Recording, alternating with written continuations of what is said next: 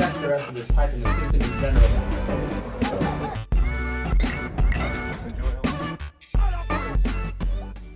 We did a project for a big data company in Austin, Texas, and they had a $1.2 million bid to replace the whole thing. They called us up. We went out there for 2 days. We scanned, and really they probably spent maybe, a half percent on our services. Oh, wow. And then maybe only another $200,000 of piping and labor for the contractor to go out and put new piping on only a section of cross mains and branch lines that were bad. And they put some nitrogen generators in there. Hot galvan at the time, galvanized was pretty hot. As far as I say hot, it's a pretty popular way of that makes sense. Adding new pipe back in. But they redid all this pipe, and they probably saved probably $800,000. And that has never had a problem before. Never seen those guys come back. It's all fine. So they just take care of them now, right? The idea is to take care of the systems. Yeah.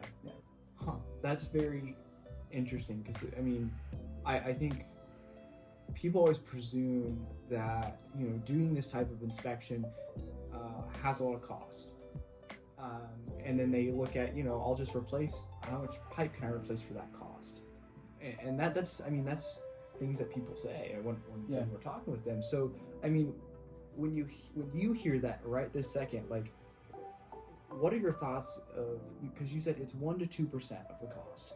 So are there solutions for, building owners to say, hey, we're not going to replace the whole system? Like the savings there is obviously an incentive. And I guess from 18 years of business, you've only seen one system that was really bad. So, but outside that, typically what percentage are you seeing of systems saved? Of the systems that you scan, what percentage of the systems that have issues within the whole system? So if it's a whole building, is it 10% and you're saving 90%? Like, what is? You could easily say 80% of the systems are good. 80% of the piping in a building to 90 is perfectly fine. That's amazing. Perfectly fine.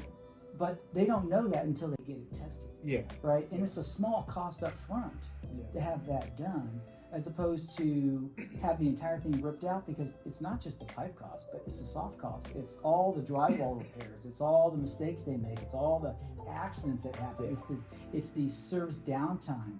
It's the employee downtime. Yeah.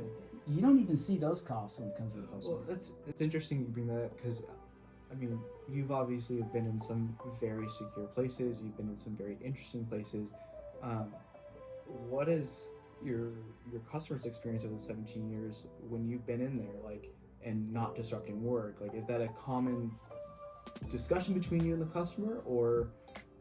Right away, they do want to know, tell us about your equipment, tell us how noisy it is, tell us if it's invasive or non-invasive. And once they find out the upfront description of what we're doing, normally they don't even know we're in there sometimes. Interesting. They come back and they go, did you guys finish? Yeah. We're finished, we're out of here. And this kind of, if you fast forward here from back in pre-2010 and go to post-2010, we've now kind of moved into some of the code compliancy in NFPA 25, because they actually approached us in 2013, and they spent 3 hours here in Colorado to get some hands-on. And once they had hands-on for 3 hours and asked a lot of questions, they were really, really impressed that the science, the physics behind it is accurate. And they said, can we just do some trade rags on your company? We want to put you some trade rags. I think this is great. And I'd say less than 3 weeks later, we had a call from their council, and they wanted to put us in the code. So that was pretty impressive. And since that happened, we've had some really, really big contracting companies approach us and want to put together 5-year programs for the 5-year assessments. So that's how we got into doing from asset management to 5-year assessments now, which actually in 2014, the code was completely revamped. Pre-2014 and then post-2014, it's a different code for the 5-year assessment. It used to be called a 5-year obstruction investigation. Now it's a 5-year assessment, which is very different. Required every 5 years, which doesn't include the check valve. So we can go in there and finish a 5-year assessment in less than an hour, no downtime, with one individual.